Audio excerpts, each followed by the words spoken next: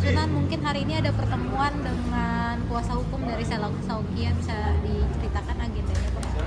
Iya, yang pasti kan juga ada ya laporan dari Doktif terkait dengan dugaan adanya perbuatan tidak menyenangkan, adanya juga persekusi, yang dimana kita ini negara hukum, tidak ada atau tidak boleh orang melakukan perbuatan-perbuatan persekusi, ya, menyerang seseorang di muka umum, baik itu secara langsung maupun melalui sosial media, sehingga Doktif merasa dirugikan dan melaporkan ke Polda Metro Jaya. Dan saat ini kemarin saya juga sudah bertanya dengan pihak penyidik bahwa perkara yang dilaporkan oleh Doktif itu sedang dalam proses berjalan, dan sampai saat ini tidak ada kendala, cuma dari pihak terlapor bersama rombongannya itu yang memang belum dapat hadir. Itu info terakhir. Mungkin kalau pertemuan hari ini dengan Bang Petrus ada yang dibicarakan seputar apa? Ya, yang pasti kami tadi bicara seputar persoalan ya, terkait dengan skincare, terkait dengan klien saya, juga tentunya terkait dengan korban atau masyarakat.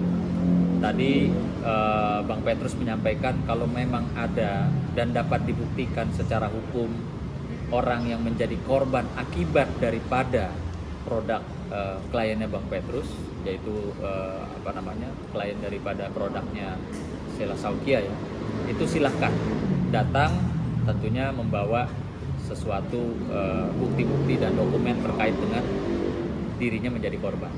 Itu tadi. Jadi ada kesepakatan ya, tadi pembicaraan saya dengan kuasa hukum dari SS Bang Petrus bahwa mereka terbuka, kalau memang ada korban silakan datang, tentunya nanti pasti diganti rugi kalau memang benar. Gitu. Nah, selanjutnya kan Bang tadi dibilang ini melakukan persekusi ya Bang, bisa dibilang ya.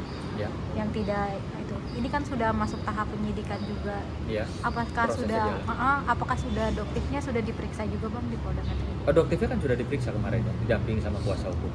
Jadi kemarin kebetulan memang dari DPR RI Komisi 6 Doktif membicarakan terkait dengan laporannya itu kepada saya, dan lalu saya sebagai kawan ya, saya menanyakan lah gitu. Dan pihak Polda Metro Jaya juga khususnya Direktorat Kriminal Umum menyampaikan bahwa ini prosesnya jalan. Berarti kan ini ada yang dirugikan ya Bang dengan adanya yang pasti dirugikan.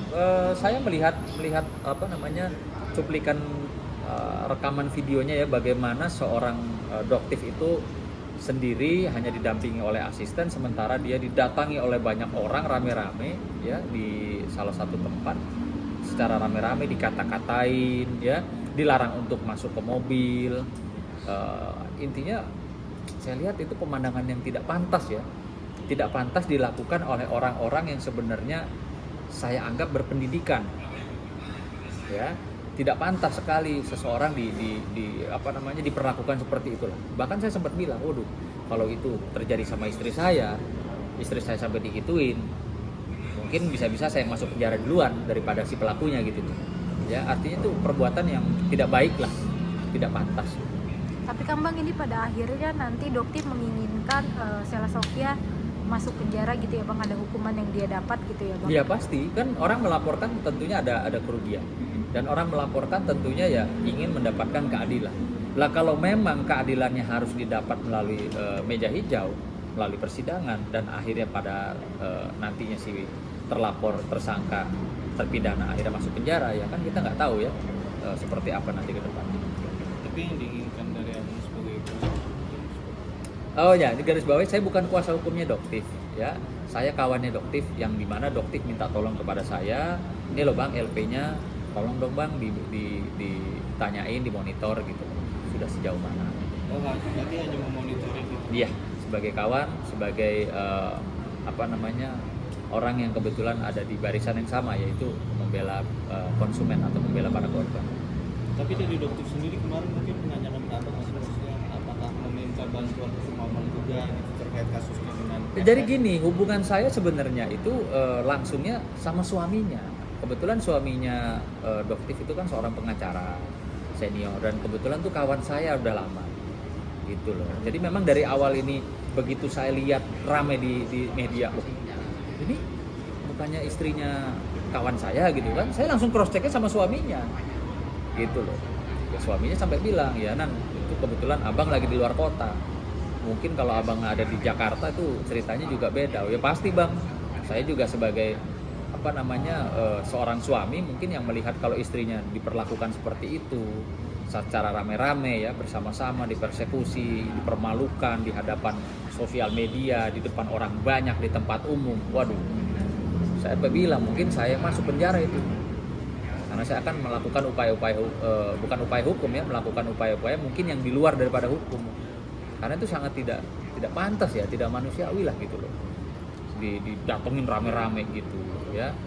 Saya lihat juga lengkap itu ya, ada suami istri, lalu ada asisten, ada apa yang istilahnya orang-orang bilang ada babunya lah, apa segala itu.